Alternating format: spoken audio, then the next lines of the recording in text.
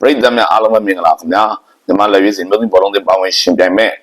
၃နိုင်ငံဖိတ်ခေါ်ဖလားပွဲကိုမြန်မာနိုင်ငံမှာဇွန်လ၁ရက်နေ့ကနေစပြီးတော့ကျင်းပတော့မှာဖြစ်ပါတယ်ခင်ဗျာဒီပြိုင်ပွဲကို AR Tri Nations Cup ဆိုပြီးတော့လေပြိုင်ပွဲအမည်မှတ်ခေါ်ထားပါတယ်အစောပိုင်းကတော့ဒီပြိုင်ပွဲစီကိုစင်ကာပူလက်ရွေးစင်မြို့သူဘောလုံးသင်းလောက်ရှင်ပြိုင်မယ်လို့သတင်းတွေကြားသိခဲ့ရပါတယ်ခင်ဗျာအခုတော့ပြိုင်ပွဲစတင်မှုအနိကရက်ကိုရောက်တဲ့အချိန်မှာစင်ကာပူလက်ရွေးစင်အမျိုးသမီးဘောလုံးသင်းလောက်ရှင်ပြိုင်မှာမဟုတ်တော့တဲ့အတွက်အဲ့နေရာမှာဥဇဘက်ကစ္စတန်အမျိုးသမီးဘောလုံးသင်းကိုအစားထိုးထည့်သွင်းလိုက်တယ်လို့သတင်းကြားသိရပါတယ်ဒီတော့မြန်မာလက်ရွေးစင်အမျိုးသမီးဘောလုံးသင်းဟာရှေ့စွမ်းမာတဲ့အသင်းကြီးနှစ်သင်းနဲ့ဖိတ်ခေါ်ဖလားပြိုင်ပွဲ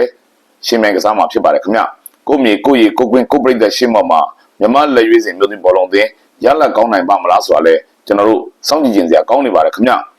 မြန်မာလက်ရွေးစင်အမျိုးသမီးဘောလုံးသင်းကိုလက်ရှိအချိန်မှာတော့ယာယီနီးပြချုပ်ဖြစ်ဒေါ်စန်းလာသိန်းကနေတောင်းဝန်ထားပါတယ်တကယ်လို့၃နိုင်ငံဖိတ်ခေါ်ဖလားပြိုင်ပွဲမှာမြန်မာလက်ရွေးစင်မျိုးသမီးဘောလုံးအသင်းဗိုလ်လူပွဲတက်အောင်နောက်ဆုံးပြစူပလာကြီးနဲ့အောင်ပွဲခံအောင်ဒေါ်စန်းလာသိန်းဥဆောင်နိုင်ခဲ့ရင်တော့ဒေါ်စန်းလာသိန်းအနေနဲ့အမြဲတမ်းဒီပြရာတို့ကိုရသွားနိုင်တယ်လို့လည်းခန့်မှန်းချက်တွေထွက်ပေါ်နေပါတယ်ခင်ဗျဟုတ်ကဲ့ဇွန်လ၁ရက်နေ့မှာမြန်မာလက်ရွေးစင်မျိုးသမီးဘောလုံးအသင်းကဥဇဘက်ကစ္စတန်အသင်းနဲ့အဖွင့်ပွဲစတင်ရှင်ပြိုင်မှာဖြစ်ပါတယ်ပြီးရင်တော့ဇွန်လ၄ရက်နေ့မှာထိုင်းနဲ့ဥဇဘက်ကစ္စတန်ရှင်ပြိုင်ကစားမှာဖြစ်ပါတယ်ခင်ဗျ